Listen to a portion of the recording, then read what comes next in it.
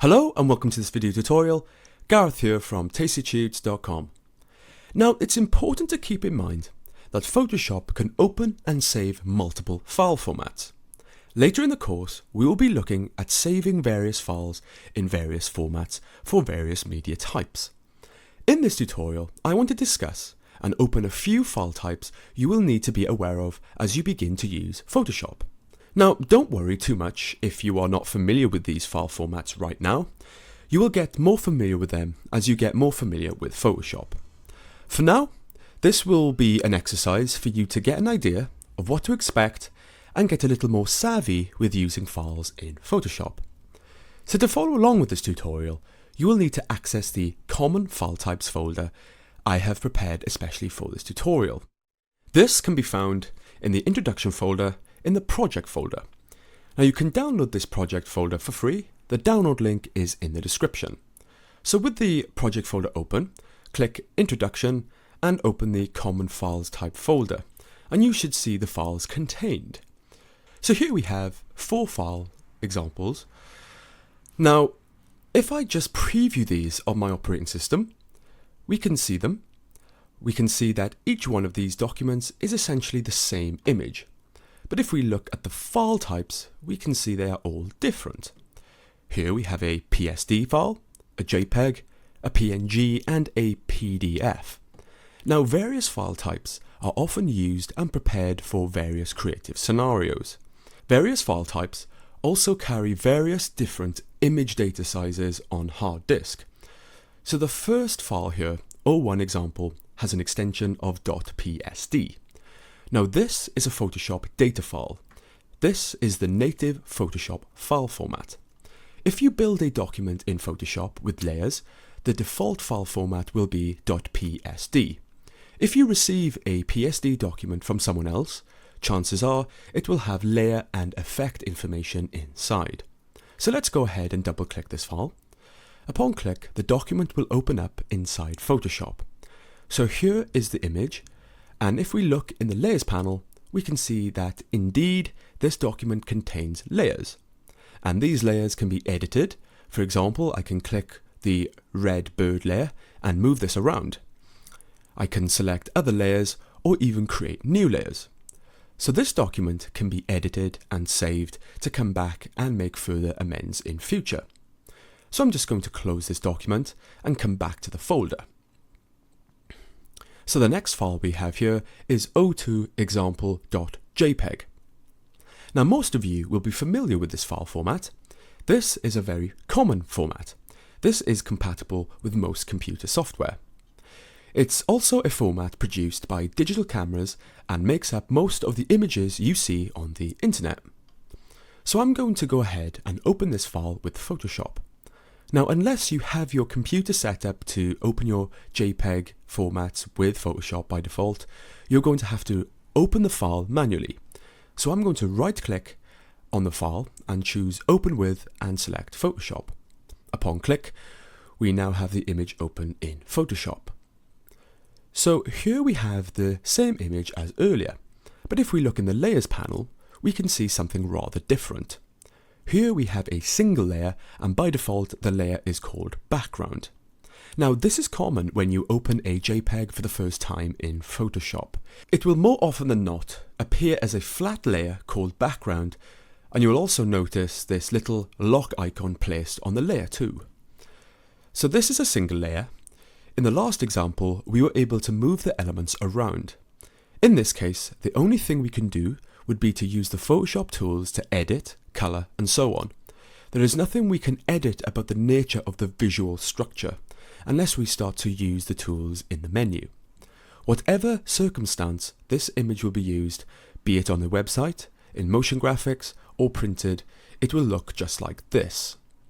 Now it's important to mention that if I start to build layers in this document instance, for example, create some type layers at the top or add some shape layers, when you come to save the document, it will then become a new kind of document. As it contains layer information, it will now become a .psd file, a Photoshop data file. More on that later. So I'm going to close this document and come back to the folder. So the next file I have here is called O3 example PNG. Now PNG stands for Portable Network Graphics. So like earlier, I'll right click and open with Photoshop. Upon click, here we can see that this image, like the previous, is on a single layer, though this time we can see something a little different about this file. So this is the same image as previous, but this time instead of the blue space on the outside, we have this grey and white grid texture around the image. Now if you watched the previous video, you should know exactly what this is.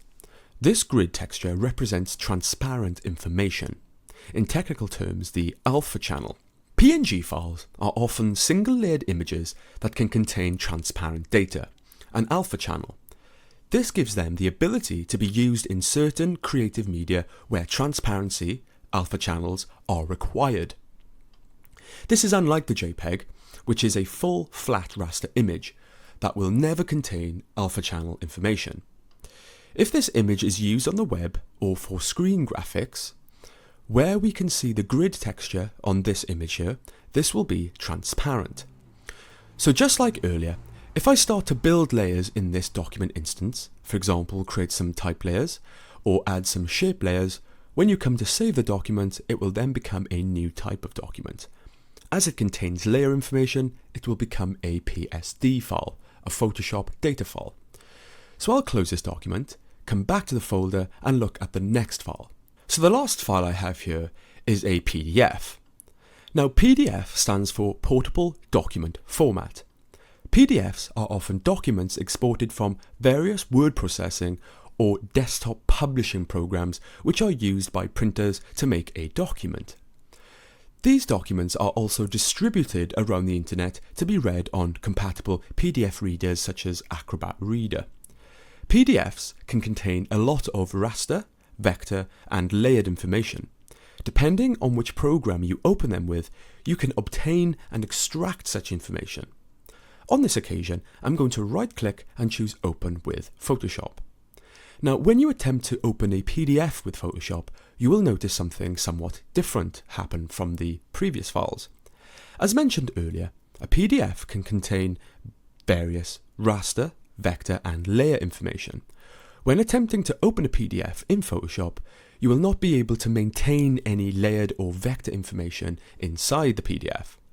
When attempting to open a PDF in Photoshop, you will first have to compress and flatten the file.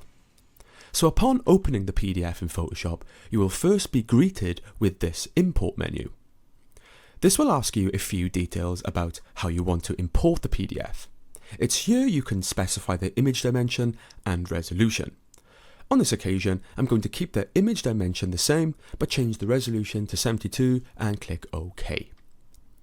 Upon click, we will now import the PDF image into Photoshop, and if we reference the Layers panel, we can see that this has become compressed into a single layer.